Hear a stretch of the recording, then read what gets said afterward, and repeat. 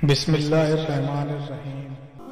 وہ رات جس میں قرآن کو واپس آسمان کی طرف اٹھا لیا جائے گا، نہ لوگوں کے دلوں میں قرآن کی کوئی آیت بچے گی اور نہ قرآن نسخوں میں باقی رہ جائے گا۔ یہ رات کب آئے گی اور کون سے لوگوں کے دلوں سے قرآن اٹھا لیا جائے گا؟ تفصیلات کے لیے ویڈیو کو آخر تک ضرور دیکھیے گا۔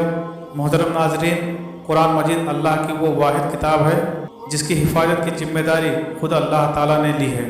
اگر اللہ تعالیٰ نے قرآن کی حفاظت کا ذمہ نہ لیا ہوتا تو اس میں بھی تحریر و تبدیلی کا وہی حال ہوتا جو سابقہ آسمانی کتابوں کا ہوا، کیونکہ سابقہ آسمانی کتابوں کی حفاظت کی ذمہ داری اللہ نے انہی لوگوں کو سونپی تھی جن کی طرف اللہ نے وہ کتابیں اتاری تھیں۔ قرآن ایک عظیم کتاب ہے، اس کی تلاوت کرنے والا عظیم ہے، اس کو یاد کرنے والا عظیم ہے۔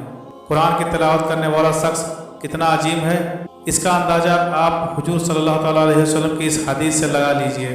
حضرت ابو ہریرہ رضی اللہ تعالیٰ عنہ سے مروی ہے کہ حضور اکرم صلی اللہ تعالیٰ علیہ وسلم نے فرمایا، حسد تو بس دو آدمیوں سے ہی کرنا جائز ہے۔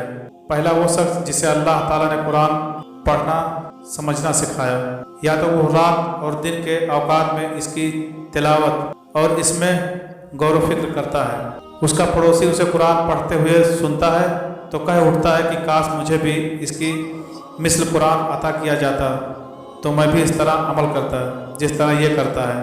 اور دوسرا وہ شخص جسے اللہ تعالیٰ نے مال بخشا ہے اور وہ اسے اللہ تعالیٰ کی راہ صرف کرتا ہے، دوسرا شخص اسے دیکھ کر کہتا ہے کہ کاش مجھے بھی اتنا مال ملتا جتنا اسے ملا ہے تو میں بھی اس طرح صرف کرتا جس طرح یہ کرتا ہے۔ ایک رات آئے گی کہ جس رات یہ قرآن انسان کے دلوں سے اٹھا لیا جائے گا، لوگ پریشان ہوں گے، جلدی جلدی آ کر قرآن کھولیں گے، لیکن نسخے میں قرآن کے الفاظ نہیں ہوں گے۔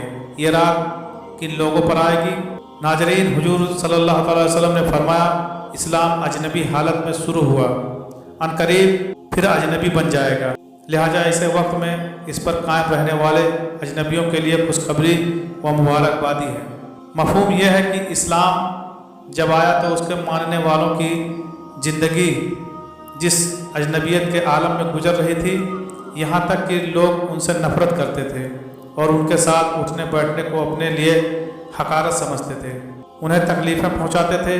ٹھیک اسی اجنبیت کے عالم میں اسلام کے آخری دور میں اس کے پیروکار ہوں گے، لیکن خوشخبری اور مبارکبادی ہے ان لوگوں کے لیے جنہوں نے اس اجنبی حالت میں اسلام کو گلے سے لگایا اور جو اس کے آخری دور میں اسے گلے سے لگائیں گے اور دشمنوں کی تکالیف برداشت کر کے جان و مال سے اس کی خدمت و اطاعت کریں گے۔ یا اس کا مطلب یہ کہ اسلام اجنبی بن جائے گا، اس کو لوگ نہیں پہچانیں گے، وہ لوگ نماز، روزہ، زکوٰۃ کو نہیں پہچانتے ہوں گے، حتیٰ کہ یہ کہیں گے کہ ہم یہ کلمہ لا الہ الا اللہ اپنے بوڑھے ابا و اجداد سے سنا کرتے تھے۔ ناظرین، قرآن کا اٹھایا جانا قرب قیامت کی نشانیوں میں سے ایک نشانی ہے۔ آقا کریم صلی اللہ تعالیٰ علیہ وسلم نے فرمایا، قیامت سے پہلے ایسا زمانہ آئے گا جس میں علم اٹھ جائے گا اور جہالت پھیل جائے گی۔ حضرت حذیفہ بن یمان رضی اللہ تعالیٰ عنہ فرماتے ہیں کہ رسول اللہ صلی اللہ تعالیٰ علیہ وسلم نے فرمایا، اسلام پرانا ہو کر مٹنے کے قریب ہو جائے گا، یہاں تک کہ کسی کو بھی روزہ، نماز، قربانی اور صدقہ وغیرہ کے متعلق کسی قسم کا علم نہ رہے گا، اور اللہ کی کتاب ایک ہی رات میں ایسی غائب ہوگی کہ زمین میں اس کی ایک آیت بھی باقی نہ رہے گی، اور انسانوں کے کچھ قبائل یا گروہ ایسے رہ جائیں گے کہ ان میں بوڑھے مرد اور بوڑھی عورتیں کہیں گی کہ ہم نے اپنے ابا و اجداد کو یہ کلمہ پڑھتے سنا، لا الہ الا اللہ، اس لیے ہم بھی یہ کلمہ کہتے ہیں۔ حضرت حذیفہ کے شاگرد سیلا نے عرض کیا، لا الہ الا اللہ سے انہیں کیا فائدہ ہوگا جب انہیں نماز کا علم ہے، نہ روزہ کا، نہ قربانی اور صدقہ، ان سب کا مطلقاً کوئی علم نہیں۔ اس پر حذیفہ رضی اللہ تعالیٰ عنہ نے ان کی طرف سے منہ پھیر لیا۔ انہوں نے دوبارہ 100 بار عرض کیا، حذیفہ منہ پھیرتے رہے۔ تیسری مرتبہ میں ان کی طرف متوجہ ہوئے اور فرمایا، اے صلی، لا الہ الا اللہ انہیں دوزخ سے نجات دلائے گا۔ 3 بار یہی فرمایا۔ اسی طرح ایک اور روایت حضرت عبداللہ بن مسعود رضی اللہ تعالیٰ عنہ سے ہے کہ یہ قرآن تم لوگوں کے درمیان سے کھینچ کر نکال لیا جائے گا۔ ان سے پوچھا گیا کہ اے ابو عبد الرحمن، یہ کیسے ہوگا؟ جبکہ ہم نے قرآن کو دلوں میں محفوظ کر لیا ہے اور مصاحف میں اچھی طرح سے لکھ دیا ہے۔ تو انہوں نے جواب دیا، ایک رات کو وہ اٹھا لیا جائے گا، پھر کسی بندے کے دل اور کسی مصحف میں قرآن کا ذرا سا بھی حصہ باقی نہیں رہے گا۔ پھر حضرت ابن مسعود رضی اللہ تعالیٰ عنہ نے یہ آیت پڑھی، اگر ہم چاہیں تو جس قدر آپ پر وحی بھیجی ہے سلب کر لیں، پھر اس کو واپس لانے کے لیے آپ کو ہمارے مقابلے میں کوئی حمایتی نہ ملے گا۔ حضرت عبداللہ رضی اللہ تعالیٰ عنہ روایت کرتے ہیں، قرآن کی کثرت سے تلاوت کیا کرو اس سے پہلے کہ اسے اٹھا لیا جائے۔ لوگوں نے دریافت کیا، ان مصاحف کو اٹھا لیا جائے گا، لیکن جو انسانوں کے سینوں میں ہے اس کا کیا ہوگا؟